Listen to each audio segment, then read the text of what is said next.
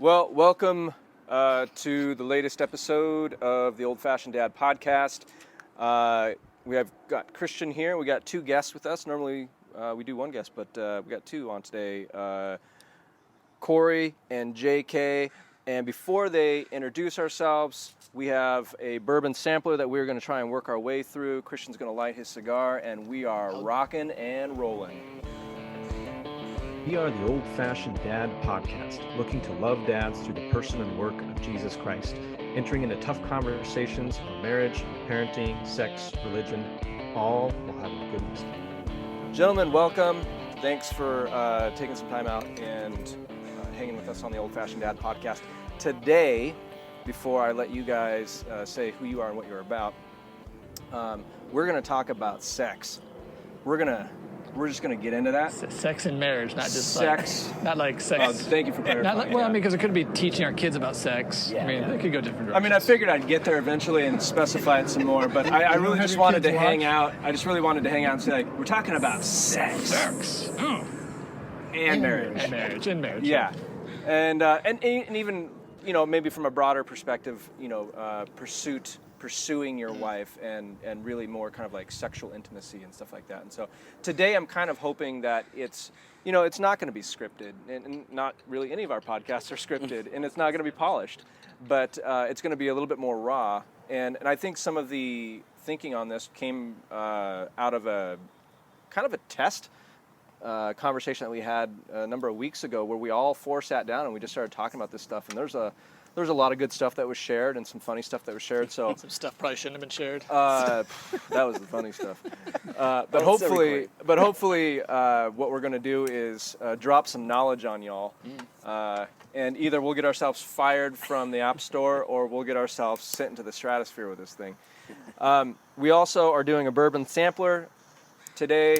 I've picked up 3 bottles of bourbon, all from Total Wine, totaling $50. 3 that you can find regular in anywhere, probably in the country. Ancient Age, JTS Brown Bottled and Bond, and Evan Williams. Right now, everybody's kind of lighting their cigars, smoking them. We've got Continental cigars. I don't know if I'm going to smoke yet. I feel like I've been like almost a cigar a day lately. But hey, that's quarantine for you. Okay, enough out of me. We got people here that we're going to try the whiskey, right? And well, I mean, it, try it, and people will introduce themselves while you try it, and then I'll ask how it tastes while you do it. So, JK, who the heck are you? Yeah, I'm Jonathan Kopecky. I'm a youth pastor here in West Seattle. I've been here since 2013, and here where? Here in West Seattle. Yeah. Not in his backyard. Not in my backyard. Yeah, or not in your backyard. That'd be weird. Yeah, I've been here for a while. And I love talking about sex, so this is my This is wheelhouse. perfect. This is perfect. Sex in marriage. I love talking about sex in marriage. From a biblical stance, I would imagine. And Yeah, absolutely. From the perspective of, you know, what God, you know, wants for us, and hopefully it's good. I mean, it is good. And as a credential, you've got 3.5 kids, so Half, you know yeah. something about procreation. You're also a youth leader, right? Youth pastor. Yep. So, Wow. which is how. Why did I just answer for him? Or how we know. This is and true. our kids went to pre-K for a couple years together, which is how we know each other. Yep. Yeah, 4 kids, or 3.5, 1 on the way in a couple weeks. Like Yep. 3 7/8, isn't it? Yeah, 3 and Pretty 7 pretty. eighths. Any That bun is week almost now. done. What's that? That bun's almost done. Yeah, bun is almost. Anyway, Kory, you're the senior of most of our friend circles. I was gonna introduce him as Wyatt Earp, but you know that is a cool hat. Doc Holliday, but Old man. old man, old man Kory. Kory, tell us about yourself. Well, okay. I don't have to. You guys can. I'm Kory Davidson, and I've been living here in Seattle for, again, probably since for probably almost 30 years. Born and raised Pacific Northwest. Grew up in Tacoma, and moved to Seattle to look for work. I'm a graphic designer by trade, and it's the only career I've ever had. And so it's kind of what I do. And then met a lady, and we got married, and I like the vibe of Seattle, so I stayed.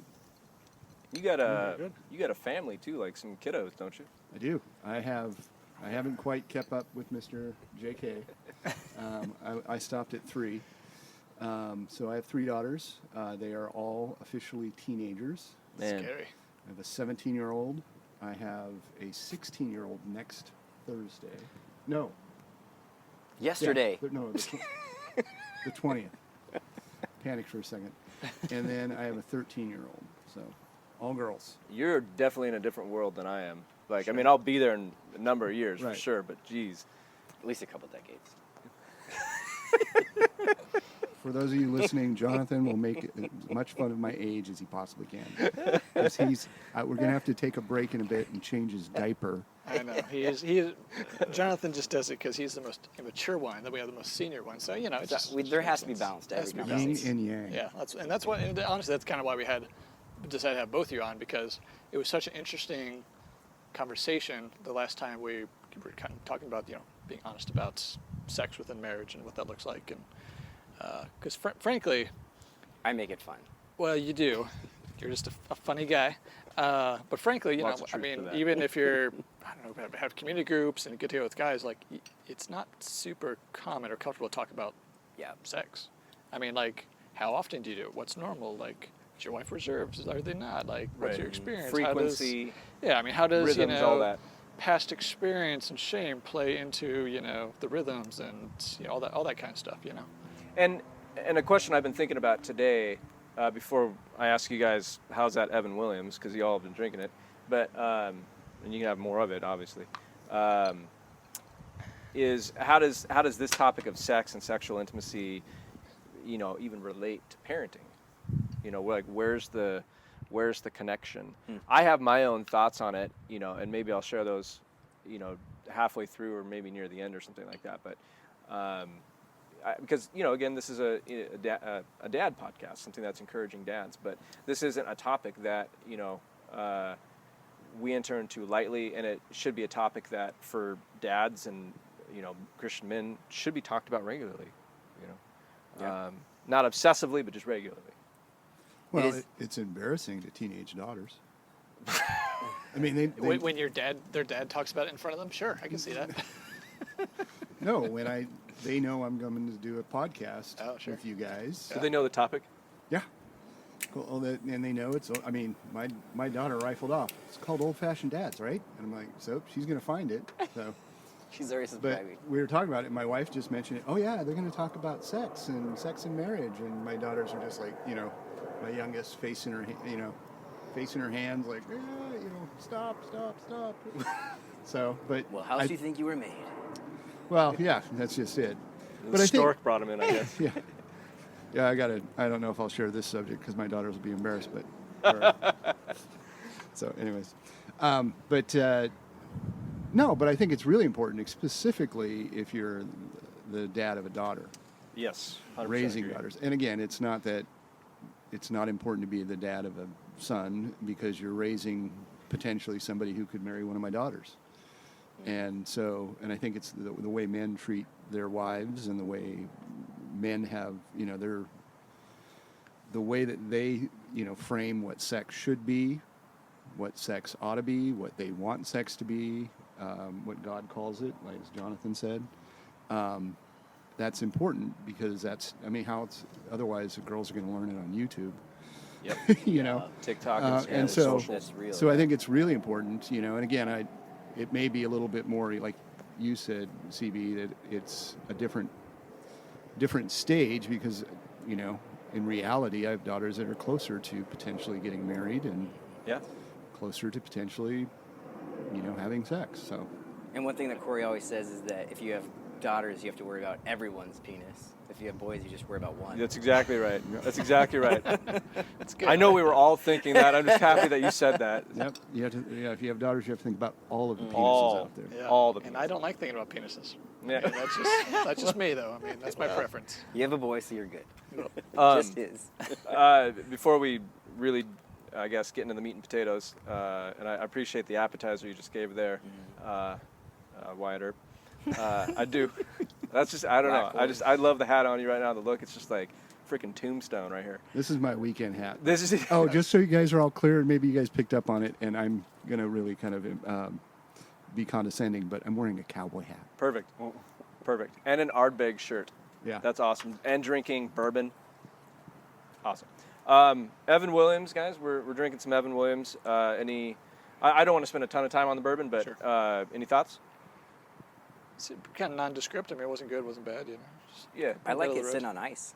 It's easy, It's good. which Real. It's is easy drink. Yeah. potentially dangerous. Yeah. I mean, because you go through it pretty quick. Because again, it's not, it doesn't have a harsh edge to it, so it's just easy to sip, and Yeah. it's fine. And like CH said, it's not nothing too descriptive. That's about Yeah. it. Pretty good middle of the road. It didn't have a ton of character to me. It kind of reminded me of some kind of unpleasant scotch. I was going to say a safe bourbon. There you go. It's safe. Yeah, maybe that's better descriptive. I might have just turned people off to Evan Williams, and might have if Evan Williams ever listens to this. Wow, They're what not the going to heck? sponsor you. They're not going to sponsor it. That's all right. I bought the Denim bottle. whiskey's dead to them. What's next? We're going to drink some Ancient Age. This one I'm actually kind of excited about. I didn't realize was made from Buffalo Trace Distillery, who puts out just a ton of whiskeys. Some of the more well-known whiskeys that Buffalo Trace puts out is like Pappy Van Winkle. Buffalo Trace. Buffalo Trace. Elmer Tea, right? Elmer Tea, that's right. Sazerac. Sounds like a medieval Eagle creature. Rare, Colonel E.H. Taylor, Bottled and Bond, and like a billion others. Hawaiian Weller. Punch. What's that? Hawaiian Punch. They do, yeah. Kool-Aid, I think it's also one of theirs. Yeah. I like this one a little better. Yeah, Can't tell you why. I but figured, well, power of suggestion. It's Buffalo Trace. probably. This one's 80 proof, just like the other one. Evan Williams is 80 proof. I saved the last one, which is 100 proof, for last because I don't, blow your taste buds out. Oh yeah, this is nice. Yeah, it's got some popcorn it's to it. got more flavor than Evan Williams. I hate to say it, but I could drink bourbon now, man. You're like, dang it. That's right. I'm a That's right. Scotch JK's you're a bit more of a Scotch man. snob. Yeah. Scotch snob is what we like to call him. Oh, I've tried to take that out of my vocabulary. Scotch snob. Yeah. Scotch kind of. I think it's connoisseur. Connoisseur, is that right? I think it's Absolutely. connoisseur. Depends on how much you had to drink. Connoisseur. Connoisseur. Connoisseur. Connoisseur. Connoisseur. At the beginning of the night. Connoisseur at the end of the night. All right, we'll keep the conversation going. Scotch Um, at the end. So, all right, guys. Pursuit, If you sexual get a clean intimacy. thing, Do you guys ever get into the question and thinking about like sexual frequency with your wives? I mean, we're just gonna jump into that, I guess, right? What do you mean by your question? Sexual rhythm, sexual frequency with your I- wife. I I know. get- Okay. I get the subject. Do we need to go over the mechanics of sex? I'm not that old. See, this is how it works. Back when you were young, yeah. I mean, I mean, it's kind of weird as a question, but I mean, when we were talking about it, it was, there was definitely a range of experience in what we saw as normative. In my marriage, our frequency is more like once a month, which to me isn't nearly enough. And then there's, reasons behind that as far as like, I think we talked about last time, how for me, having sex makes me feel close to my wife. I want to be intimate, and to her, she needs to feel intimate and close before having sex. Yeah. And I'm imagining that's just, a general truth, among the majority of men and women. But what's your guys' experience? Yeah, I mean, like, my expectation or, like, desire would be, like, golly, every Twice a other day. night. I mean, twice a day, maybe. But, I mean, like, yeah, I mean, I could probably have sex every other day easily. But I think my rhythm, well, so it's really funny. So, I mean, prior to Amy being pregnant, we were, probably at least once every 3 days. That's kind of a historic rhythm. Every 4 days, it's kind of like, I'm starting to give it like, oh my gosh, like I'm getting itchy. This is crazy. And then Amy's like, I can notice. Yeah, okay. You get a little too much to handle. Sorry, what was causing the itch? Or like I'll just look at her and be like, we need to have sex right now. I'd be like, well, it's 2:00 in the afternoon. It can't happen. I'd be like, well, can it though? But that was definitely prior to being pregnant. And then just after our talk a couple weeks ago, we were going to have sex, and she's like, no, you can't. Like, this is probably way too much. I actually told her, I was like, how intimate, how, like, detailed can I get? And she's like, not that detailed at all, but I'm going to break her rule. So stop talking. Because you might not be having sex for quite a while. Well, at least after. she's gonna give Actually, you know birth. what? How many weeks before this airs? Couple weeks. So you got some Okay, time you to primer. It's going to be a while because your wife's about ready to have a baby. Okay, I'll make this G rated. Well, so just, basically, it was here. like, Let me no. say this. No, let me say this. Okay, this is the old man speaking. Go ahead, Wyatt. Be respectful. 100%. Okay, and again, Jonathan, don't be Jonathan respectful.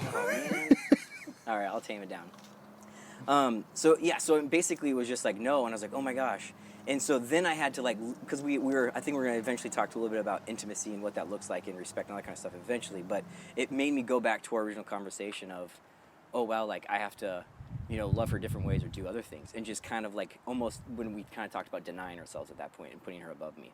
And so I had to I basically experienced that kind of the last, I would say, like 17 and a half days. No, I'm just kidding. I don't have it memorized that much. But How many hours? How many minutes? yes, it's been but it's been an interesting time because it's definitely not my rhythm or our rhythm actually. So- but it's.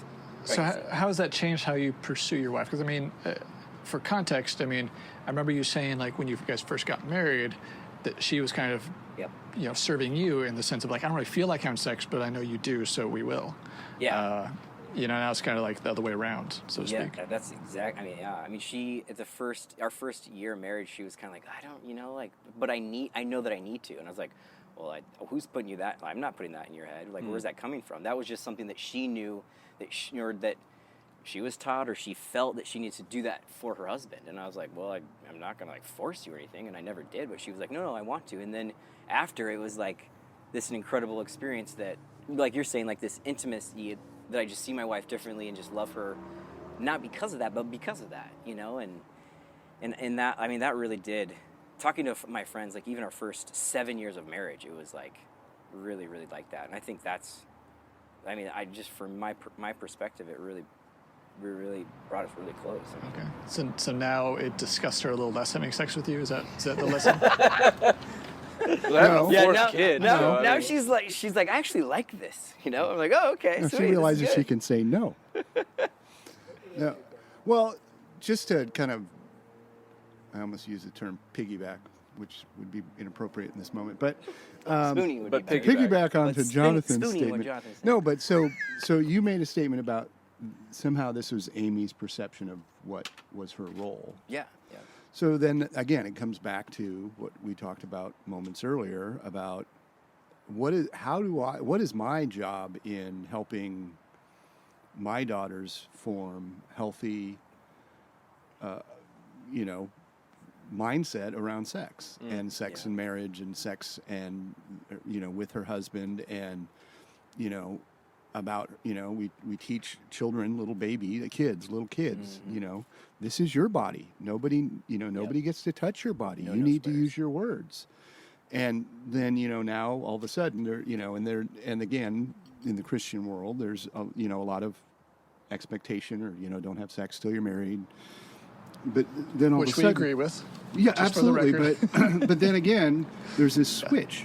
Married, wedding night, Sure. now you're have supposed to to turn it on. do it all, and go crazy and be all, and again, as much as we like to think, I mean, women's bodies and their minds are so vastly different than us. And they, there's so many things that come into play to put a woman in the mood, and there's plenty of women out there that are horny and like it and, want to have sex and really get a lot of satisfaction out of it. But, rarely it's, that I've found is that because, you wake up in the morning or as frequently as us men tend to want to, or, chomping at the bit, just kind of, let's get the kids to bed so we can, because we made a schedule or whatever it is. Yes, that is true. And so it's, and I think it's so much of, there's such a mental thing for women, and there's such a physical desire and drive for men. So Something you just said I thought was an interesting point, where so we all believe here that you know, God says, hey, wait till marriage to have sex. And there's great reason as to why, you know, like sex is I think we've all heard the analogy like this, like souped up hot rod car, you know, and we're 2-year-olds before marriage, and here's the keys. 2-year-old gets in the car. I mean, even if they could start the car and get it going, they're going to crash it. we don't know how to drive it. We don't, you know, but there's also, but something you just mentioned, like, when we eventually do get married, then like there's this belief that automatically we're going to enter into already biblical understanding of sex and just apply it and do it. And I think there's some failure in the church in that regard. And this could be a whole nother conversation. We don't need to necessarily like go into that part, but you're told, don't have sex, don't have sex, don't have sex, don't have sex, you know, before you're married. And then once you get married, then it's like, Green great, light. go have sex. Yeah. Green light, go have sex. Well, what do I do? Mm-hmm. You know, and the church, you know, has spent a lot of time telling you don't do this, and we're not going to talk about why, or we're going to gloss over why we don't do this. And so then you end up having things like schools and friends, and oftentimes for guys, pornography, to teach you about like the kind of the forbidden fruit of sex, you know. And so you hear the don't do it, but you don't hear necessarily why don't do it. And I don't know, maybe some churches are good at it, but I've always thought that was kind of an interesting point, that amongst all the topics we could get into around sex, is that all of a sudden when you get married in a biblical Christian context, great, go do sex. You've got it now. You're a Christian, you believe in Jesus now, and you're married, you know how to have sex, like by osmosis or something like that. I never experienced that. And then it doesn't happen like the movies. You're like, wait a second, why isn't this happening? Or from the women's perspective, a lot of times it's like really uncomfortable. No one knows what you're really doing. Yeah. If you're really authentic and genuine, you know, like you're like, I've never had sex, I don't know what I'm doing. And then it's like a train wreck. You're like, oh my gosh. But it's like, it's a learning process. Like it's okay. Like I was saying, 7 years of our marriage, it really like perfected sex over that time. And you're like, 7 years? Like, you've got to be kidding me. But like, I don't know, like now I'm just celebrate our 15th year, and it's like, yeah, I mean, like this smooth sailing now, like this is amazing. But it really did take time to like know each other's body, to understand, and not just like throw it out and forget it, or be like, oh my gosh, I have to turn to porn now because my wife doesn't understand or whatever, right? Like, so that's, I don't know, maybe that's not where you're going, but I think that's kind of like a cause and effect type thing. I think that's, I mean, one of the worst pieces of sex advice I ever received, like shortly before getting married, was like, they were like, are you sure you want to get married? Like, are you sure you want to settle down and only have sex with like, you know, one person for the rest of your life? You know, and like, it's really, really important. Like, this was their genuine belief. Like, you need to go out and have sex with as many people as you can to see if you're sexually compatible. And I thought about that, and I wasn't necessarily in a good frame of mind myself, but I was like, man, I really disagree with that. And I didn't have a good basis necessarily to disagree with that, because I was young and dumb. But I just like, man, I don't know if I agree with that. And I certainly don't agree with it now, because I'm like, good sex takes commitment and takes practice. Like, it certainly takes practice. It really does. And being both committed in the Lord, and yeah. And I don't mean practice like as in like a terrible term. I mean like it actually like, okay, that didn't go so well. Let's like work on each other. Like, what do we figure out next time, and you know, just always build and always know. And Well, and it's not the mechanics. Sure, Well, the mechanics will work itself out. Well, it's you can organize, right? figure it out. It's not that difficult. But no, not. Are you talking about men, right? Yeah. Oh yeah. Okay. But and again, I just, you know, the mechanics of it are just a portion of it, Right. right? And again, you know, not to get There's so much spiritual and psychological in there. not to get goofy and weird. I mean, my No, please do. But get let's goofy. do well, it. my Y chromosome looks a lot like an X, to be honest. But it's the brain and the heart and emotions are a huge, and maybe speaking from own personal experience, is the biggest sex organ, to be honest. Sure, that's what they say. The brain's the biggest sex organ, right? I mean, Well, and just it's your how thoughts. again, how are you connecting? Because that is the mechanic. That affects the mechanics Right. of it. Again, because we all know that when you do certain things here and you do certain things there, eventually orgasm happens. In theory. Yeah. Or hopefully orgasm happens. But that and I, CB, back to your comment. Yeah. There is no, and again, I'm not saying do classes or training or, have some wise old sage sitting on a stone somewhere home, come talk to me, but we Observing you. The church, no, hopefully not. The church doesn't do anything about, they say don't have sex, don't have sex, don't have sex, but they also, there's not a whole lot of training or a diving into The why. but not even the why, but how do you do sex properly in marriage? Yeah, 100%. How do you do, and again, I think this is kind of where we went that one night when we were having conversation about Right. this is when you maybe die to self. You start to go, you know what, I'm going to sacrifice my desire, which reality is all men want to have an orgasm. That's it, really. I mean, we like seeing the naked woman, but having an orgasm, that's our end goal most of the time. And so when you put that on hold and go, well, okay, now how are my wife's needs being met? How am I, stepping back and serving her? And am I okay with, we start, but for whatever reason, things don't pan out. They don't finish, I think for me, there's like an agreement and a disagreement in what you're saying. The agreement is like, and maybe it's like on an age basis, like, but through most of my 20s, I approached sex very selfishly, and I wasn't somebody that waited. Like my wife waited, and I was very informed by pornography, and so there's a lot of distortion in how I looked at sex, and so I approach sex very much from a selfish perspective, where like it is about my needs. It is about the physical components, and I disregarded a lot of the emotional, a lot of the spiritual. That whole oneness. That the Bible talks about. Like, man, that was like, that might as well have been as elusive as like understanding the Trinity, like being one with my wife. I was like, what did that mean? But I would say like in like 35 to where I am now, 39, there is like sincere enjoyment, and maybe this is the tug of war, the disagreement, I suppose, or sincere enjoyment, meaning like, man, I want to see you pleased, That's my point. Oh, okay. That is my point, is that giving up your driver, which is, I want to get to Shangri-La, or I want to, my personal enjoyment. Yeah, my personal enjoyment is the end result of, with orgasm. Right. End of story. But that there's so much more that can come about when you're like, I want to see you enjoy this. I want to see us, get closer. I want to see us connect deeper. Yeah. So I don't think we're really saying anything different. Okay. I mean, I think that's a good point, Christian, because what we're kind of alluding to is that there's a competing message and worldview about sex that we as Christian men have to contend with.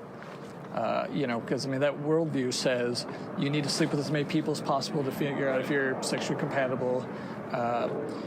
It tells you that pornography is healthy, and it helps teach you, Masturbate a lot. It's great. And if you take the message from pornography, it's strictly about you getting your rocks off and using a woman for your gratification. Yep, 100%. And I know that there's a lot of baggage that comes in with men that get in, come into marriage, with pornography, or with having had other partners before that and stuff. And you're one of the downsides of that is like you're comparing your wife, the person that God has for you as a soulmate,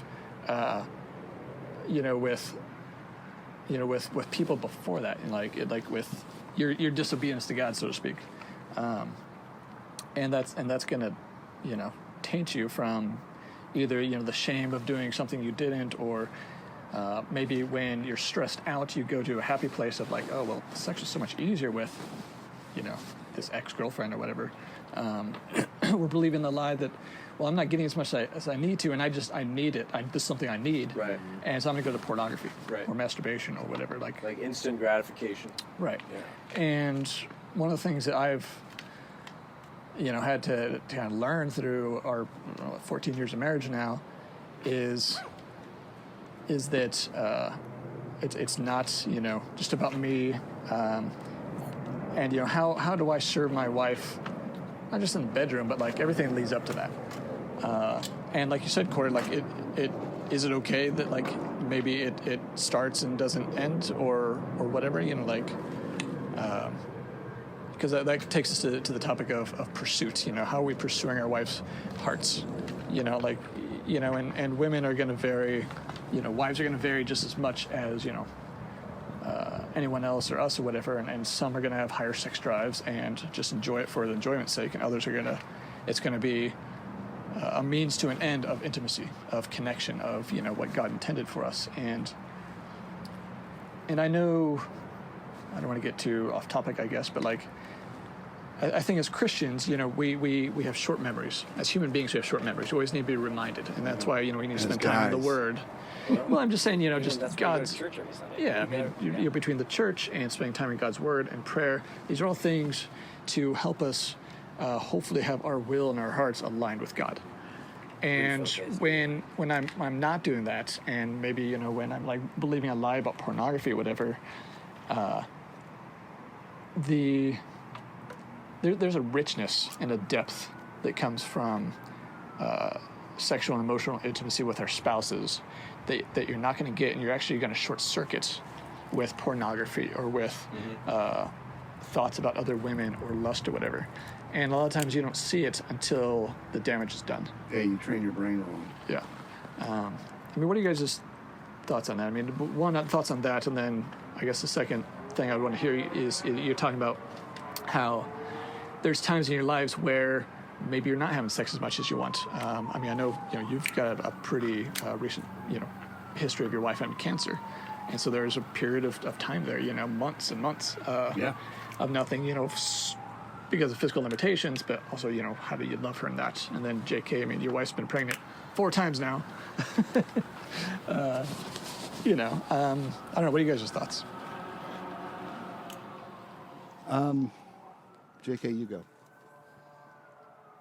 Well, I think the things that you kind of brought up earlier about like if you don't have it, then like deny yourself. And I think that, and my wife, like I was saying, chose not to do that in our first kind of year, maybe like year and a half of marriage. And I'm wondering if I would have shut down if she said no, like, oh no, like, and I think, I mean, like talk about God's grace and like working in both of your, like who God has like ordained you to marry, right? Like you didn't mess up in that, and so it's like whoever your spouse is who your spouse is, and that's like perfect for you, right? And so I think that we can and if it's not, you work towards it. Yeah, well, yeah. I mean, obviously, there's never nothing is ever perfect, right? But like you work towards it. Like you're committed. You go back to that commitment, right?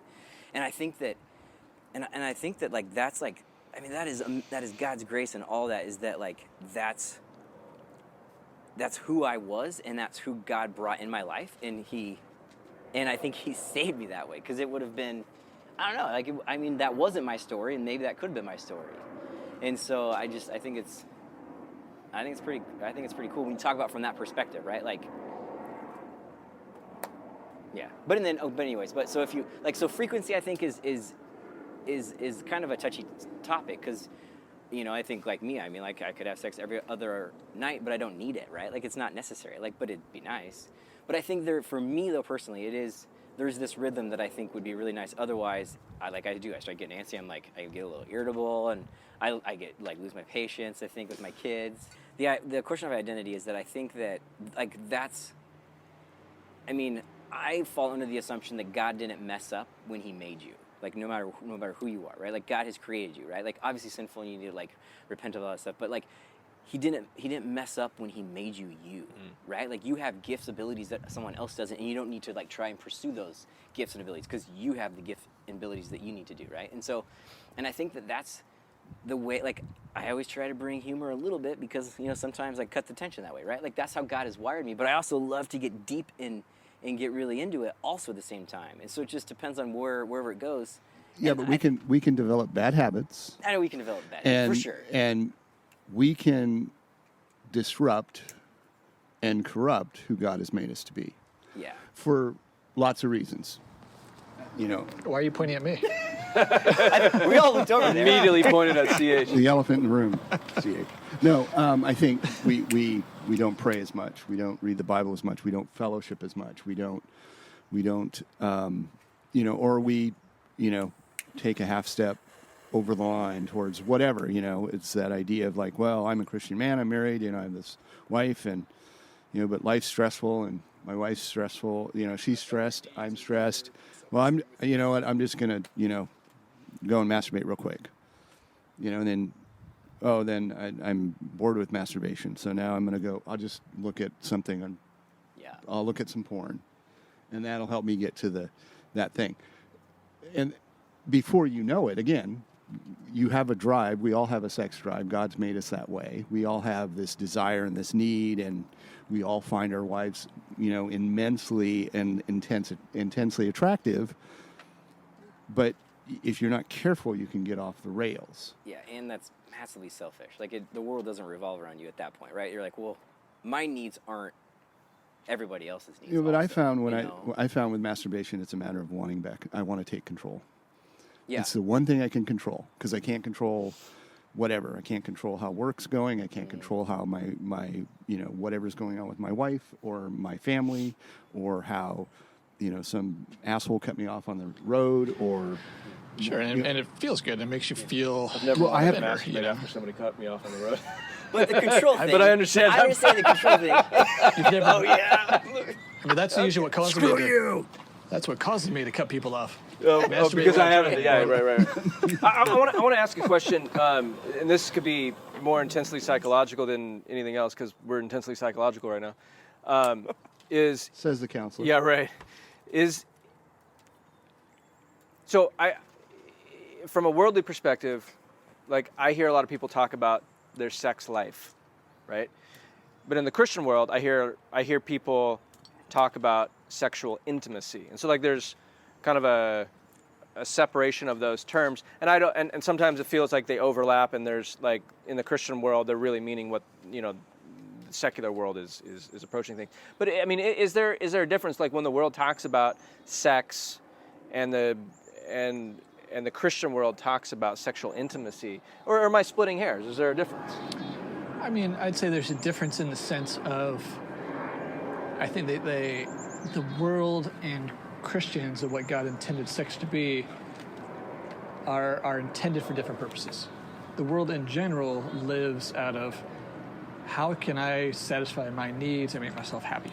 Sex, it tends to be the highest pinnacle of that idol. While God designed it to be, yes, it's still kind of the apex of the creation experience, intended for men or women, to point men and women to God, not just to get the rocks off and, you know, feel good. I mean, it has that, you know, I mean, it's procreation, it's intimacy, it's closeness with a spouse, and when it's abused, when it's done outside of marriage, you're linking yourself forever to this other person, spiritually, emotionally, and I think that leaves a part of you behind. And, you know, usually we don't see that until we're in a marriage and we start seeing the damage, the difficulty, you know, the barriers that creates between us and our spouse. So if we've taken that control and used it inappropriately. Well, like, sexual intimacy, I think also, like, would be like, if some secularists I know would disagree with this for sure, but, like, seeing my wife read to my kids that are just piled on her, right? Like, her belly's out, and I'm like, that is super sexy, right? Like, and I know that there's a lot of my friends who aren't Christians that'd be like, yeah, of course I think my wife's sexy there. But I'm like, but is that like your soul connection? Like, this is my spouse, this is my family, and this is deep, that I would assume that most secularists wouldn't be like, oh yeah, there's not like a level there. It's just my wife and family, and yeah, we're gonna have sex, we make kids. But it's deeper than that, I think, or I'm assuming, where most Christians are like, it's bigger than just my wife reading a book to my kids. Sure. You know. Well, and not to, I mean, non-Christians I think can experience that intimacy too, because it's common grace, right? Yeah. Right. You know, like. Right. I just But think the connection, I think, is what I'm trying to like sex life versus sexual intimacy, and just trying to like help. Yeah, like yeah. that Use those terms. definition, Yeah, for right? sure. Yeah. Yeah. No, like so when I think about, I guess, those terms now, and I'm only coming up with them on the spot, you know, because there is a distinction between how the world thinks about sexual health and how, you know, Christians think about sexual health. And I know that every single one of us are sinful, and so there's always going to be a distortion in how we think about sexual health. But the difference is, at least with Christians, is we have Jesus Christ as our foundational rock, our cornerstone, to tell us, like, no, this is how sexual intimacy is how to go. And when I think about that term, sex life, and I don't know why I chose that, but sex life versus sexual intimacy, I tend to think about intimacy as a more intentional thing, where I tend to think like, Where the goal is intimacy, not the goal is sex. yeah, like, and when I think about sex life, I think like it's, at least how I approached it back in my 20s, and I wouldn't be surprised if there's still elements of it now, but it's really only about the physical component of sex, where I think intimacy is a little bit more holistic. Cupping balls there, is that what's going on? Your hand motions, I don't know. Very suggestive. Hey, if that's what you got out of it, some therapy might need to be happening for you. But I... Let it go. Sorry, I derailed you. Let it go. No, that was a good derail. But I tend to think intimacy, at least from a biblical context, is more holistic. It's not just taking in the physical components, it's taking in the emotional, and it's taking in the spiritual. And I want to be careful about the spiritual, because that can get a little wonky and weird when people say spiritual. Relational, God-honoring, you know. I think it's fine to say spiritual, man, because I think your apprehension there points to this tendency, even as Christians. I mean, or maybe this is just me. Yeah, there's apprehension. Yeah, I mean, in the sense of like spiritualizing sexuality. Like I remember the first time that I prayed with my wife during sex or after sex, and like It's a weird experience. It was a little weird. Yeah.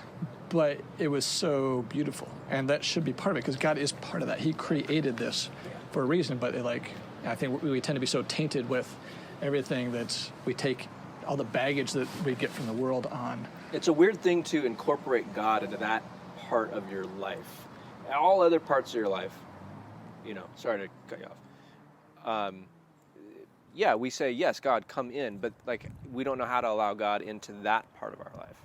Well, to me, the whole idea between sex life and sexual intimacy, is it a matter that Christians just have kind of a mindset that there's an inclusivity, there's a wholeness, there's a whole approach to, you know, are we making decisions on our careers, on how we rear our children, how we, you know, love our wives, how we stay faithful, how we treat our neighbors. I mean, as opposed to something that may, and again, out in the world, there's maybe a little bit more compartmentalization that's happening.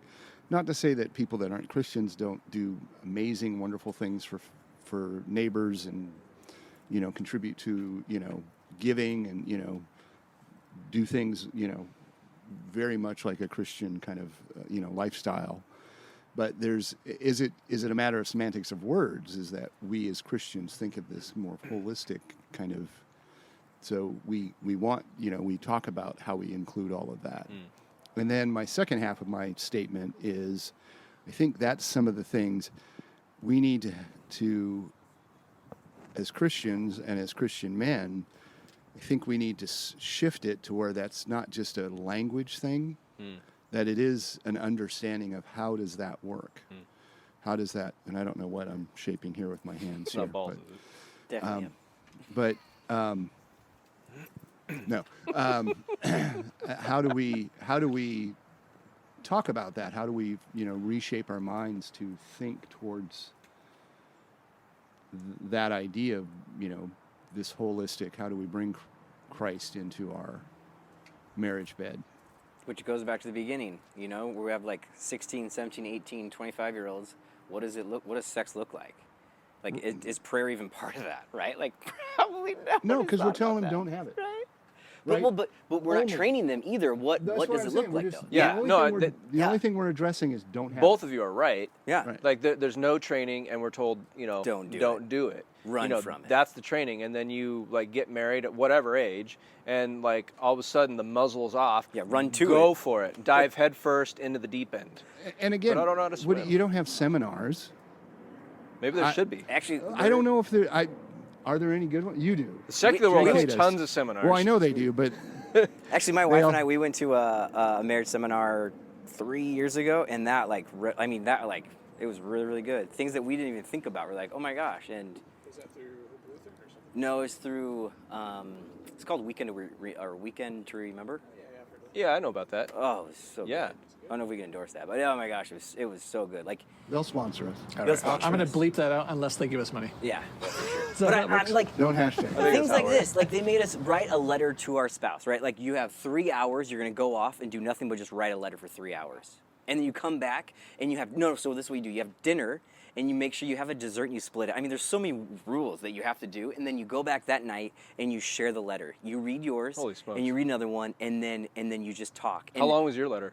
my letter was probably, I mean, it was all in a notebook. I mean, More than a paragraph. Oh, it was like 2+ pages. Like Are you kidding me? a full book. Yes. And then my wife. Did you double space? I mean, it was all handwritten, so Like you Times know. New Roman. I did write like this, so maybe that was like my letters. My letters, Amy, like, letters are like 9-inch 9 letters. inches long. You're cute. Yeah, I love you. heart you. But I mean, that was like, when was the last time that like you wrote a letter and just shared that before sex, or like a date night? Like, So on that note, sorry, I cut you off. Never no. really. But I'm saying, like, Well, these tools that were, No, but- I wasn't given until I was married for 13-ish years. You're like, what? Like, Well, how did I on not that know note, I had this mindset, and this is where I failed miserably. Sorry, Tanya. Tanya's my wife's name, by the way, just to be clear. I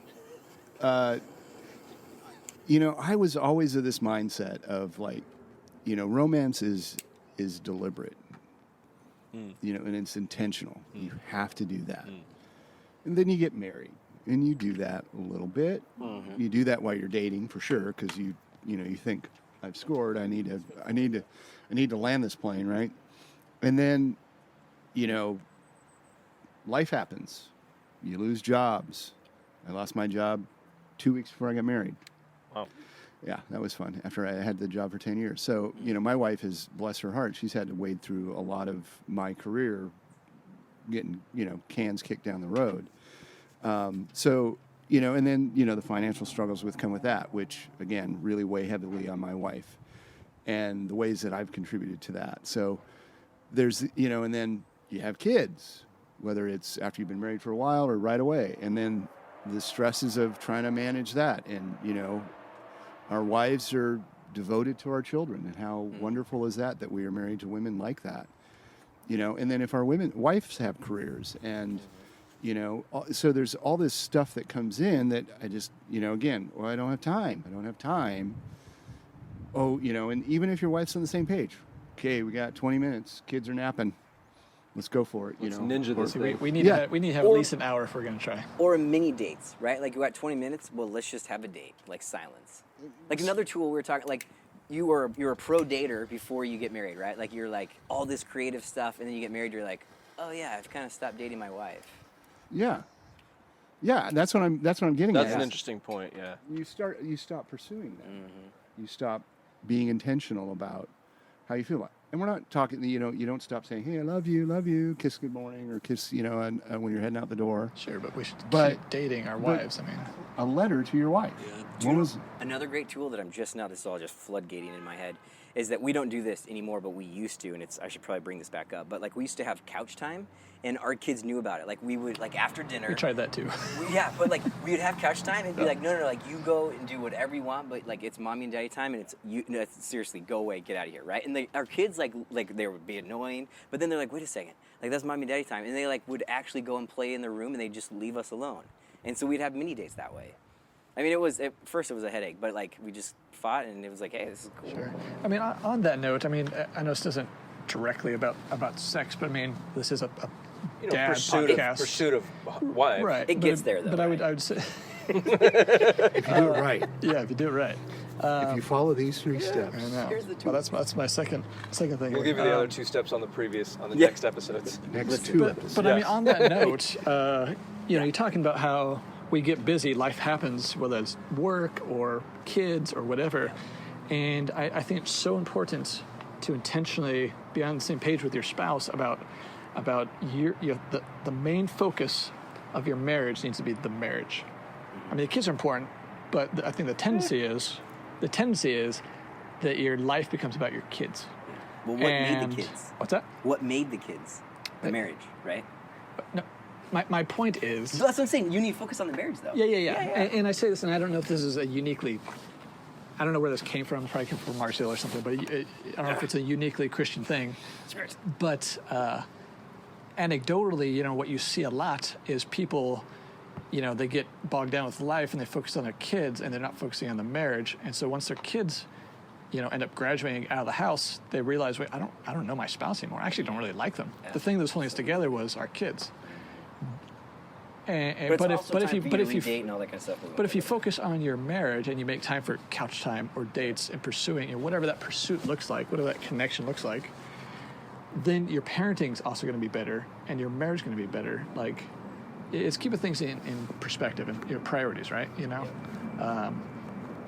And challenge I've had because I'm a guy, and so I think in terms of formulas. Think, hey, this, when I did these things, it led to amazing sex. Yeah. And then the next time I try those things, it doesn't work. And I'm like, what the hell? Yeah. And it was very frustrating. We'd have these conversations, and she's like, I'm a woman. It's not in there now. It's not, it's not going to be the same. Circumstances change. So, to me, then the question goes up higher. So, yeah, we've been saying, there needs to be something in place that we can train the young men, again, because this is a dad podcast. Yeah. We can train the young men to don't have sex, but this is what you should do when it is, seen as glorifying in the eyes of God.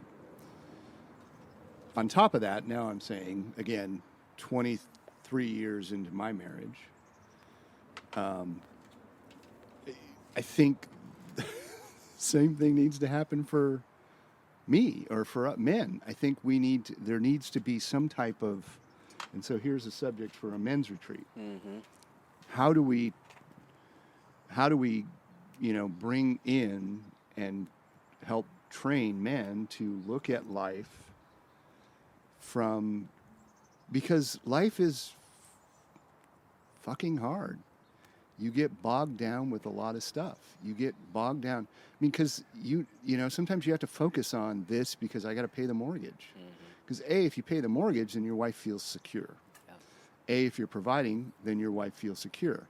Which, for the record, most women are driven by security. Yep. Security, not a fact that they're not monetarily driven or I'm trying to I want to have the nicest house in the neighborhood or need to keep up with the Joneses. It's a matter of they want to feel secure and safe.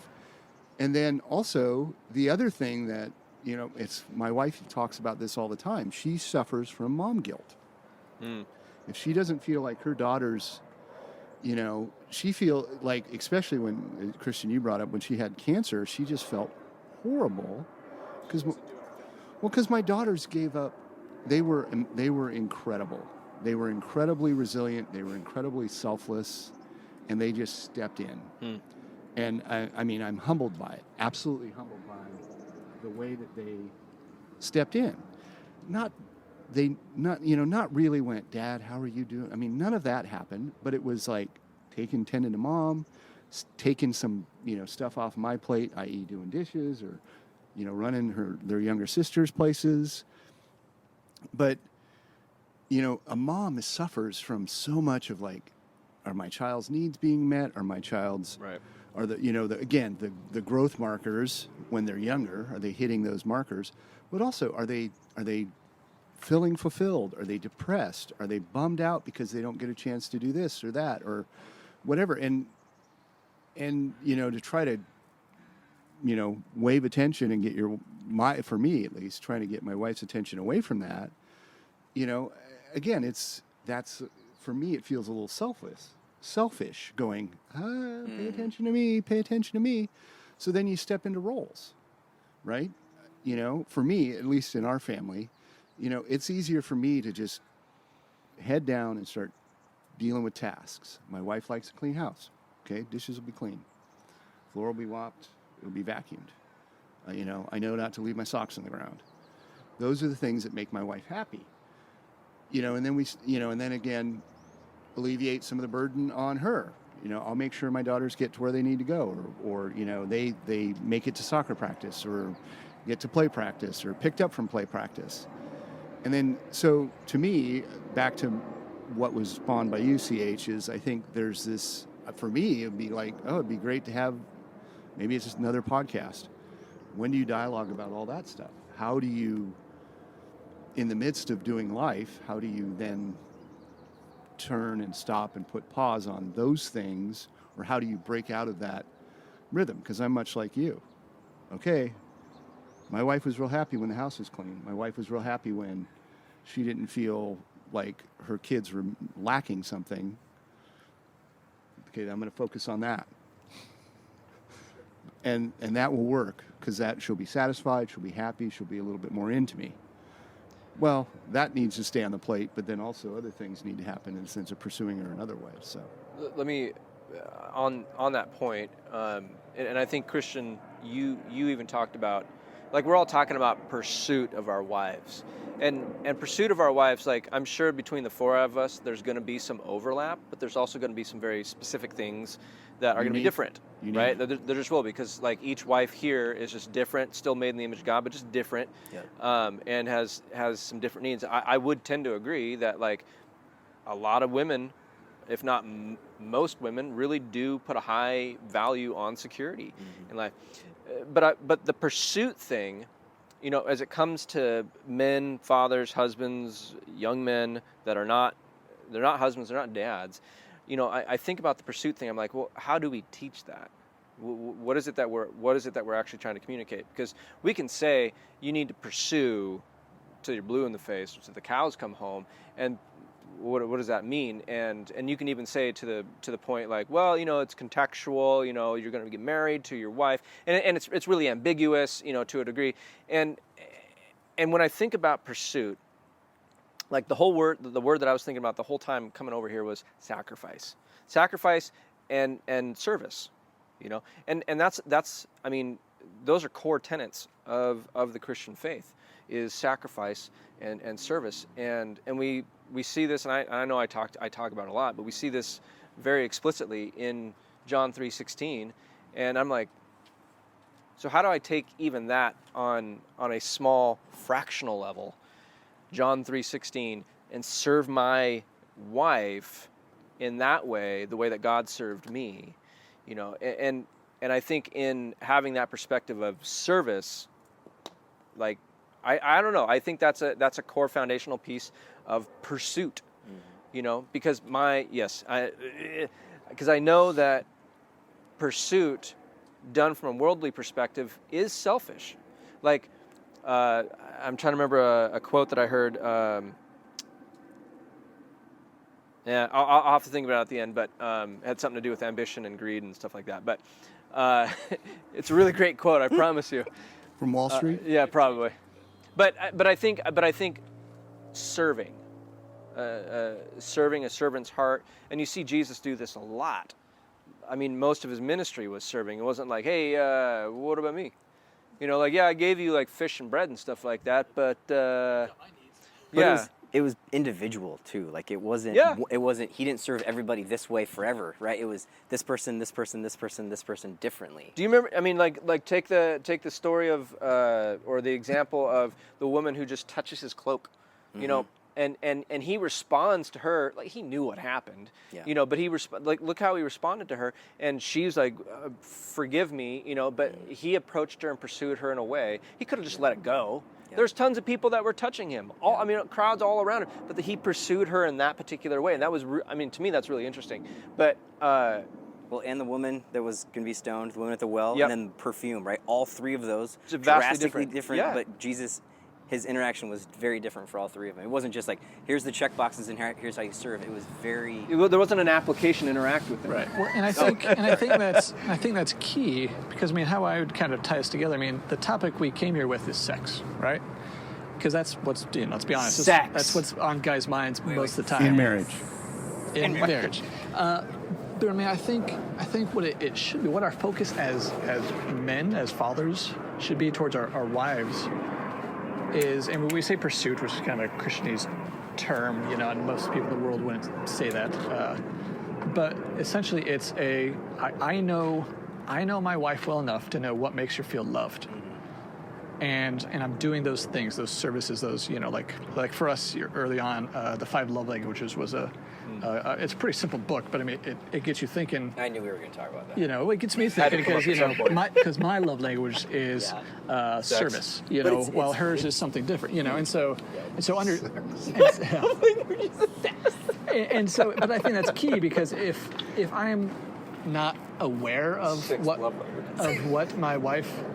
What makes my wife feel loved, I'm going to do the things that I want her to do for me, which may not resonate with her. That doesn't work? What? That doesn't work? Not so much. You know, but the thing is here that, because if our pursuit is sex, if it's selfish, if it's like the world, I'm going to manipulate and, you know, treat dating my wife like my goal is to get in her pants. Right. Like that's not love. You know, that's manipulation. That's, you know, coercion. But if I'm trying to serve her, pursue her, be intimate with her emotionally and spiritually, I guarantee it's going to lead to sex. That's the byproduct. Yeah, that's the byproduct. And so it's So you're it's a basically very- just being selfish, is what Well, we're but I'm hearing. saying, but No, I mean, I'm teasing. There's a I'm heart teasing. behind it that's very different. Well, so, And I say this as someone who's like slow of learning this stuff. You know, like I have to remind myself. well, and I would, again, I'm using the term piggyback. Sorry. Just say spooning, it's fine. Spooning. You're spooning. On to add to that, that's the thing. I think for me, I need to continually learn. And I'm, you know, like we a all dumb. do, I mean. I'm like a dumb ox. So 23 years But- into marriage, you don't have it mastered yet. There's hope. There's hope. Continual learner. I feel like there's hope now. Yeah. Yeah. If you guys are looking at me and seeing hope, I'm sorry. No, I was just saying wider. Going back to 15, So- 16. Oh, Well, hang on. 14 Let me and finish 2. this. I think what and CH, you had said this earlier, and I think this is to me this is the biggest key. If I can continually remember this, and again, I want to find a formula. Right? We're men. We're sort of. Very linear. We're very linear. We're very kind of engineering. We're kind of very Systematic, mathematically. linear, that's what we want. Like this is like, oh, I figured it out, and then you hit auto drive, Yeah. right, Yep. or cruise control, You find something that works, that and you works. continue going that path. right? So, Why is it not working anymore? so Well, keep when going. JK, based on what you said, in a sense of we need to help these young men or men that aren't yet married, maybe they're older. I was older when I got married.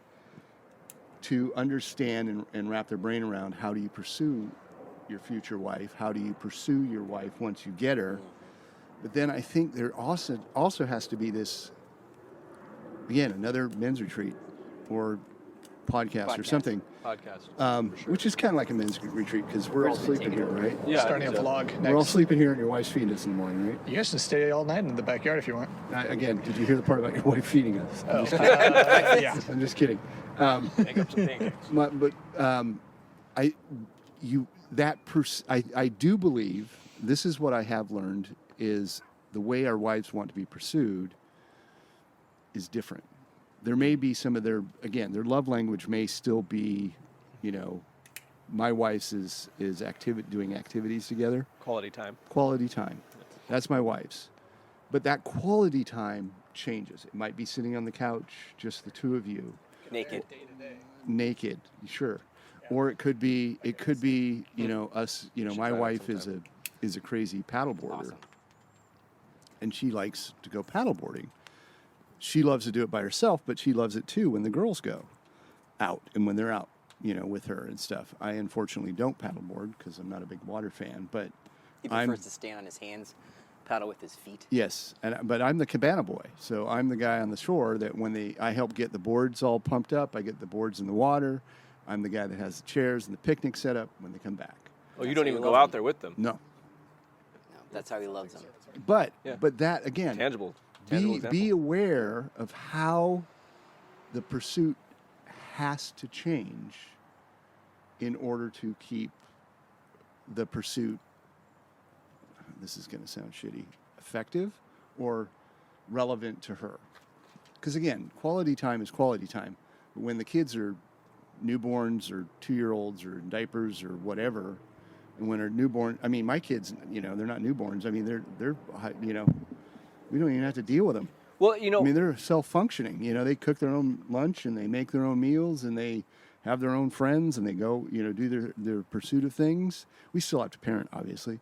But then what does quality time look Yep. as a group? And so, And I really agree with you on that point because you serve your wife, your spouse, but we're talking about wives. But you serve your wife, and it evolves over time. Hopefully, God willing, we all get 40 years, 50 years married. And the way that we serve our wives now, there might be some similarities when we first got married, but hopefully that we've added things to it, and there might be some completely different things.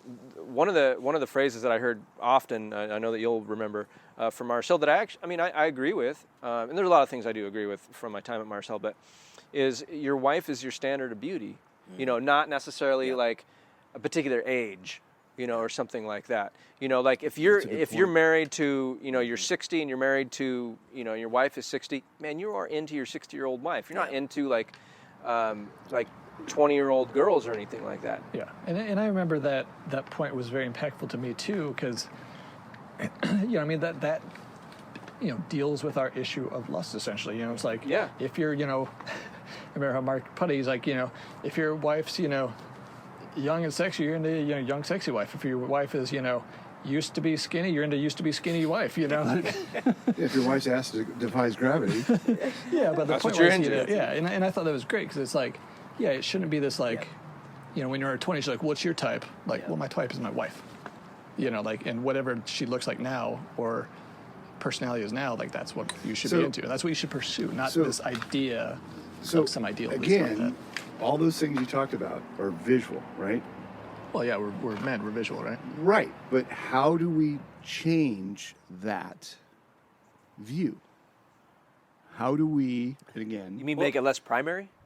Is that what you're saying? Well, but the thing is, I can ask you questions, each of you. I can ask you, JK, CB, and CH, what makes your wife attractive to you? And I can guarantee you some of them won't be, well, because she's got this, she's got a great ass. She's got these, Great she's legs. got the prettiest eyes I've ever seen. Or Her heart is I love her hair. Or she's a hard worker, or she has like X degrees, or She makes whatever. me- Well, the food. way what he said, what JK said, the way that she is a mom gives you a huge hard on. And again, He's got a hard on right now, which is really weird, but which is I weird. need my binder. My old school binder. But how do we change Trevor that? Keeper. How do we change? Because again, yes, we are men, but I do think we can view our wives I mean, differently. Does, I do think we does that need to be changed, or do we just need to add and acknowledge that there's a personality aspect and an emotional aspect? Because like JK said, like, her reading to your group of minions, His brood. your mini-me's. Group of minions. I mean, there's all sorts of things that, like, when I see, Jenny serving other people or being kind and compassionate to Nolan or whatever, there's all these things like make me attracted to her and it has nothing to do with her physical the physical Okay, looks. wait, So I let mean, me I ask- think let me ask a we need to question. Like- also think about that. When your wife got pregnant, how unattractive was she then? Right? I thought she was sexy. Oh man, I Exactly. thought my wife was massively attractive. Yeah, I wanted to be around her 100%. all the time. Okay, it's being a little like flippant, right? Like none of us were like, you know, when your wives get pregnant, you're not like, oh gosh, that's. I wore a T-shirt that said I did that. Right? No, I'm just kidding. I did not. But our standard of beauty changed because Yeah. now, like, So- she's not this person I married. She's this person I am married to, right? Like, it's Sure. Right, She's but- having my kid. This is so right. Like, sexy. that's gorgeous. Yeah. So from my point of view, I think again to back it way up to, Back it up. and I'm saying this because I wish somebody had talked to me about this prior to me getting married. But I think we need to train. So here we go. JK, CH, you guys have boys. You need to help educate your young men who will become young men. They're boys now, but they will become young men. That attractiveness is not, because again, the world is telling us it's this magazine model cover, it's this YouTube star, it's this porno star, it's this, style of dress. A lot of superficialities. But it's a physical, and again, I know we are physically driven. I know that. I am guilty beyond probably all you guys, because partly I've been. I mean, you are an artist, let's be honest. I'm an artist, but here, to be honest, on that note, I mean, I've sat in a classroom, in an art class, drawing a nude model. I've been a nude model with my underwear on, though. No, we're talking. This woman was full on nude, and I'm in an art class as a Christian, and you're like, and then you're like, she's like the person standing next to me drawing. She's a part of the class. Yeah, There's well, no it's art at that time. Well, right? Like, it's not, but again, there's a lot of folks. I mean, I talked to some people that were like, "Oh, I can't do that as a Christian. I couldn't be in a class with a nude model." right. You know, Sure. and we have nude illustrations on our wall in our house, and that's part of the it's- sexualization just of the naked body, which they're not necessarily the same. Yeah. But You're right, it's a hard issue. but how do we move beyond being just Physically driven. right? How do we sit there and go, the attractiveness is beyond that? Yeah. This drive or this kind of thing that makes you want to go, yeah, has to be beyond that, because again, your wife that you marry when she's in her mid-20s is not going to be in her mid-20s in 10 years. My wife was, Mid 30s, early 30s. but Late 20s. Or late 20s. But regardless, because in 10 years, she's not going to be in her mid-20s. Right. And this thing that is your style or your Standard beauty. your standard beauty. And then in 20 years, she's not going to be the same. Well, I mean, and to that point, I mean, I think that my wife is more attracted to me now, 14 years later, than she was when we got married. And I think that largely is because of our intimacy, because we know each other, because we've been through so much, because we have a kid. Because you know her better. Yeah, I know her better, and whatever those factors are, that translates into me physically being more attracted to her as well. I mean, I'll kind of take a stab at your challenge. Because, I mean, our kids are, around the same age, 9, our boys. And JK and me, yeah.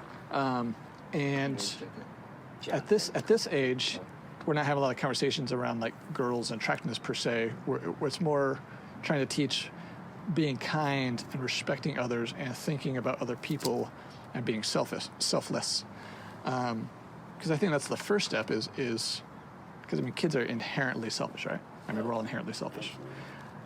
And so teaching them about that, and then as girls come into the equation, teaching about, like, what that looks like. Or how do why? you treat... Why do you like that person? I mean, like, Right. when they're 15, 16, Right, starting dating, like, what makes why- you attracted and right. why? It's a Yeah, conversation. and how do you treat them in an appropriate way, And I don't necessarily have the answers because, like, I was a mess when I was a teenager in my 20s, so I But don't there really is know, no but- answers. The answer is that it's a continual conversation. Like, if you can't just be like, okay, 14-year-old son of mine, and then leave it and quit it and don't ever talk to him until he's 30. Like, you continually have this conversation. Okay, you're dating this person, why? Sure. There's no, like, the conversation. It is Yeah. constant micro conversations, as... I mean, that's the way that God works with us. Yeah. Right. Yeah, walks with us, right? Yeah. He walks with us. Yeah. Right. How awesome is that? But It's amazing. Nolan He hangs in learning there that with now. I mean, those little characteristics, again, because he's 9. He's not, might want to marry somebody because he spends time with her. But how do you build on that? And again, you're not going to sit there and go, okay, now she's not all about, physical beauty. I mean, it's... Sure. But Well, hopefully hopefully Nolan's learning tactically, if you will, just from being in a household where we love each other, where we're not shy about being affectionate. He sees us cuddling or, kiss each other, whatever. So it's not like, hopefully we're demonstrating to him what that looks like, Well, I mean, I think everything that we're saying here, we're talking about, like, when we're young, beauty is all about the physical component. It's all about the physical component. And as we walk with Jesus, as we understand God's character more, we begin to understand that beauty is far deeper than just the physical component. And how do we move past, because there's a lot of men that stay just simply right there, and they're on their second, their third, their fourth divorce. And there could be other reasons, but oftentimes it's because they don't grasp that beauty is far deeper than just the physicality. Well, and I would say it's probably because they think that the point of marriage is for them to be happy. Yeah. As opposed to serving their spouse. And we should talk about divorce on another podcast. So, I mean, we've all over the place on this topic. Hopefully our It's been listeners- fantastic, It's honestly. been good. Yeah, I like hopefully it. our listeners have gotten something. But, I mean, because this is, I don't know if we could focus it a little bit, because this is a podcast for dads, presumably most of our listeners are going to be married. I mean, how can we kind of tie this up, I guess, as far as, Yeah. clean takeaways? So I asked, kind of a question at the beginning. I was like, how does sex, sexual intimacy with your wife and pursuing of your wife even relate to being a dad and parenting? And I'm glad you kind of brought that up, because I think that's a nice way to kind of wrap things up, and we could do it kind of around here. But I look at it as like, if you don't know how to pursue your wife at all, let alone in the area of sex, you're not going to parent well. You aren't going to parent well, because there's like you can't step into the world of pursuit and sexual intimacy without implicating the word stewardship. And if you don't know how to steward your wife's heart, which that's been given to you and it's a treasure, and you don't know how to enter into the world of sexual intimacy with your wife, grow with her, and understand that, sex is a lot more holistic than just the physicality of it, like, you're not going to parent well, and you're going to end up as a father being more about compliance and making sure that your kids are not being inconvenient to you. Wow, that's gold. Yeah. They might just put that on repeat a couple times in the podcast. Yeah, that was good. That was really Wicca, good. wicca. No, I think that's it, because your children, you're helping shape your children's hearts. Yep. Right? By the modeling that you do. And they see mom and dad, they see dad the way he pursues. Right. And Modeling is huge. and I don't have boys, but I'm assuming raising boys, they see dad and how dad conducts himself with his wife. But you also have an opportunity to no, hang absolutely. out. No, that's my point. My point is, and then as a dad of girls, because I don't have the boys, But you will. and my wife and I have talked about this. I want to raise girls, not good girls. I want to raise girls that know how to pick a man that's going to pursue them, Right. love them, want to be their, husband. And you will have modeled that. Sure. Yeah, I want that. to steward their hearts. Right, and I've probably failed more than...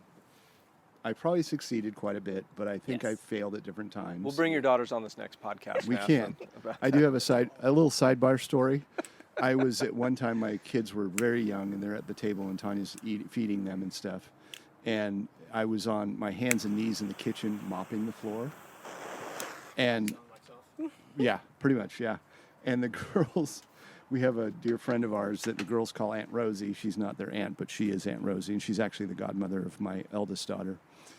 And she, at the time, was single, and my daughters turned to Tanya and go, "When is Aunt Rosie going to get one of those?"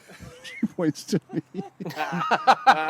So, So maybe that's all my daughters are looking for. But no, funny. but and we've talked to them. It's like, and we've told them, and even when this subject came up, it's like, we want you guys to know, girls, that you just torched. your Dude, kid, I just brother. burnt a hole right through my shirt. That's We, awesome. we can see your belly button, and Sweet. we're not liking it. But Lint in there. Belly button ring. What? Just kidding. he has no belly But button. you're a model though. Also, Oh, you're I'm- modeling for your. That absolutely, I see You're going to be a myself. father-in-law eventually, right? Or even like Right. You're going to 3 times over. Well, and a big probably. part of that modeling, I mean, as you said, you've probably failed. Like a big part of that modeling is, what does it look like when you fail? Do they see you repenting and being how do humble? you- You know, The humility in it Course all. correct. Yeah. Yeah, and so I know that that's my role, a big role. So if you were my father-in-law, I think that would be like awesome to be able to see someone like you. I mean, we know that you're that old, so you could be my father, right? jokes. But what would he are be? you flipping me off? Wait, what would he be Scratching my eye. if your son married their youngest? What would that make you get? Well, it would be probably because your wife is how much older than you? 4. So really close. Yeah, actually, right? That would be No, like, it would because yeah. Elias is 9. 9. And Audrey's 13. 13. Oh, that's doable. So that's it. Yeah.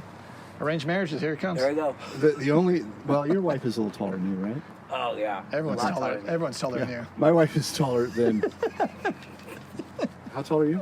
Like 5'10", 5'11" a good day. How tall are you? Does that mean 5'9" actually? Okay. I started off at like 6 feet, and I started jumping out of planes. I shrunk. It's weird. So, What? my youngest, by the way, is 5'8". Like I've only seen your 6'2". daughters from a sitting down level, but they look tall. They're all tall, but Yeah. Audrey is like. But you're tall too. One So. past him. Yes, I am. Hey, Elias is really tall. He's like up to my eyes now. Okay, guys. JK, do you want to? Mine's not going to be as profound as yours for sure. Oh man, I don't know that mine is. Here's who I'm talking to the people like me, and I really want to go back to those mini dates. Like the person that wants I'm just going to use very just crass language because I think that's just genuine. It's like if you want, yeah, I mean, well, Don't that's who I am. apologize. Just be. You know, like if you are longing to Your have sex youth, with your your wife youth may be more- listening to I know this. my youth may be listening. I mean, that's good. Are Actually. your youth listening to this podcast? I don't know. I could spread the word. That's sweet. But have My like, daughters will. and I just want to go back to dating. I think that was such a huge pivotal time for me is that I stopped dating my wife. And I just assumed, like we had date nights, but I like stopped like doing fun, cute things that I used to do when we were dating, you know? And I think that just those mini dates, just those mini date nights or couch time or whatever it is, just carve it out and I don't know, and just, and go, and no agenda. Like, just be like, this is what we're going to do. And we're just going to sit on the couch and talk for 5 minutes, like just 5 minutes. Okay, sweet. Set a timer. Done. We're going to go. Now we have to go tend to the kids. Okay, let's do 15 minutes. Okay, now let's do an hour. Oh, now let's sit on the couch when the kids are in bed naked and just talk. Right? Like, I mean, then build up to those different levels of Did you guys hear the word naked in there? that creates intimacy in a different level that you've never even thought about. And so, Without your phones. oh yeah, no phones. Unless you want to take pictures or something. I guess I was that's just fine. thinking, you know, like it doesn't count if your couch time consists of both you scrolling your Facebook feed. No. Like, yeah. I mean, it should go I without hope saying. those are I'm just given. throwing it out What there. if that's your wife's love language? Social media. Yeah, we're like, we want to post this so everybody knows that we're having this date night. No, don't do that either. Like, it's not about that either, right? Like, it's just you two and you two only that need to know about it. Modeling and pursuit and serving, you know, I mean, I think like that's all what we're talking about here. And we all have vast experiences. Vast. I think so. If it was just the three of us, it wouldn't be vast. But Nope. now that, you know, Wyatt Earp's here, it's vast. We got good old KD. Yeah, just because the age span is Man, huge. you just bumped our age. But you got way up. teen daughters, man. Like, I mean, we're out of our element here. Like, I got I'm- teen daughters, and I didn't have kids till I was 40. But even still, like, you got teen daughters. I've just got like an 8 and a 10-year-old, and I feel like I'm over my, you know, head over water. Or wait, Drowning. over your water, head. water over. I don't In know. over your I'm treading head. water. Thank you. With 9 babies. So over his head, he can't remember the term. So I mean, I think like ultimately some of the takeaway here is, and we probably need to do like 5 or 6 or 7,000 other podcasts on this topic alone, and you guys should come back, even if we get kicked off of Apple. They're gonna love us. We're just gonna record. There really is, but I think we're talking about pursuing our wives and doing it in In a way that leads to sex. Yeah, I agree. But that's the point of the this, right? intimacy, That's the stamp. That's what I and got out of pursuing this. us, pursuing our wives like I'm not Jesus happy pursued. right now. Why are you shaking your head, Corey? Are you He's regretting flipping us coming all over off here? now. He doesn't have enough middle fingers at this Why point. are you Corey, where are standing you up and going? walking Why are out? you walking Use your away? big Come toe to Corey, flip you're us back. off. I would be more offended if I've got it the big toe, as opposed to the middle finger, Man, look at that big toe. He's got in his car and he's driving away. Anything that we want Past to my say more, because this will be probably our longest episode ever, but I mean, deservingly so. Anything else that you guys want to add to this before I wrap it up and whatnot? I guess what I would say is you're not alone. Talk to other guys, guys that can, that are, kind of want to help get better at this. They would listen, not judge. Walk Not, with you. yeah, listen and not judge. Yep. Not, and there's going to be guys that are, that have a different point of view and think it is all about, getting to the end result. But I think if you're struggling with it, I think you can. I mean, there's guys that are willing to chat. There's guys that. I think there's more guys in the same boat that you are in than you think. And it's okay. It's okay to think and feel and go. I have no, and you might be 2 years into your marriage. You might not be married. You might not even be dating anybody. You might be 20 years into your marriage, 10 years. You might, but to sit there and go, I kind of forgot how to pursue my wife. How do I do that? And I think it's okay to ask questions. I think it's good. I think that's the thing that's the other thing I think I would say. I think sadly, and maybe this is my own point of view, but I think there's an expectation that men need to have it all figured out and need to know what they're doing. And if you feel like that's what you are supposed to be doing and you don't feel like you have it figured out, I think that's actually probably more true than It's a good place to not. be, actually. Yeah, and again, you don't have it figured out. Otherwise, and it's a lie. No, and as you said, it's our and any of us that the four of us here have been Christians probably for a collective Long time. number of years. Probably enough that would add up to be older than me. Wider. But the reality is that doesn't change. There is no end goal in your, Jesus walks with you throughout, and it's a learning process. Yeah. We learn as we continue walking forward, as we, again, pursue Jesus. That's how we continue to learn. God teaches us something new about how we need to be as husbands and fathers. And sexual beings. Any other thoughts before I wrap it up? Thank you for letting us be on this. Oh, Spew. yeah. Yeah, thanks. It's a good time. What should men usually say when we all get together? Iron sharpens iron. Indeed. Hoorah. Do we want to touch on the last bourbon here before we sign off?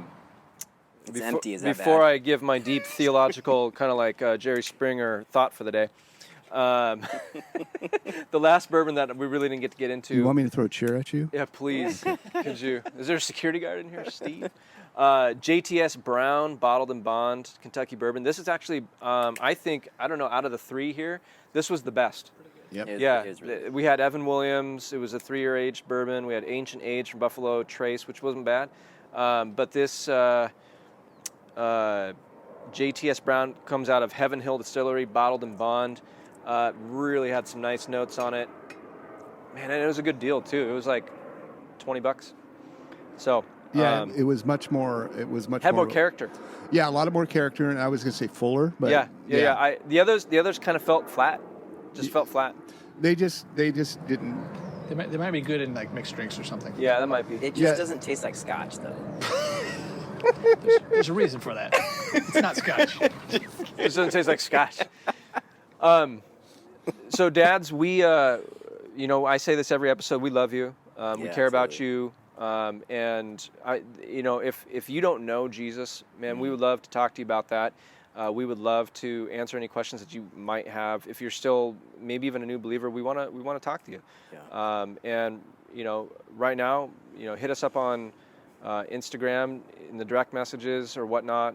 We're happy to dialogue with you that way, or even over email. But we want to see you loving Jesus and pursuing your wife. And even for the men that, you're young men and you don't have a wife yet, this is a relevant conversation to have. Yep. Be asking yourself, man, how do I view sex? And this is stuff that I wish I had talked about when I was, a teenager and in my early 20s. And, the gospel really is the solution and the answer to all of how we live life. If you're looking for formulas and whatnot, then the gospel is where you land. It's not a means to an end. It is the place where you function. And so we love you, dads, and we hope you liked the podcast. I liked it. I think all the other guys liked it. And the topic was awesome. Sex. Just awesome. Sex. And we're probably, I feel like we need to have these guys back again, and we'll do this again. But get involved in your church. Be involved in your church, the local church. It's important. And be having regular community, read your word, pray, get to know God, because God is a holistic God, and he loves you dearly. And so, on that note, dads, keep at it. Keep up the good work. You're not called to be perfect, but you are called to follow Jesus and submit, be humble, and there's much life involved in doing that. And so, on that note, cheers, gents, rock on. Thanks, guys. Yeah.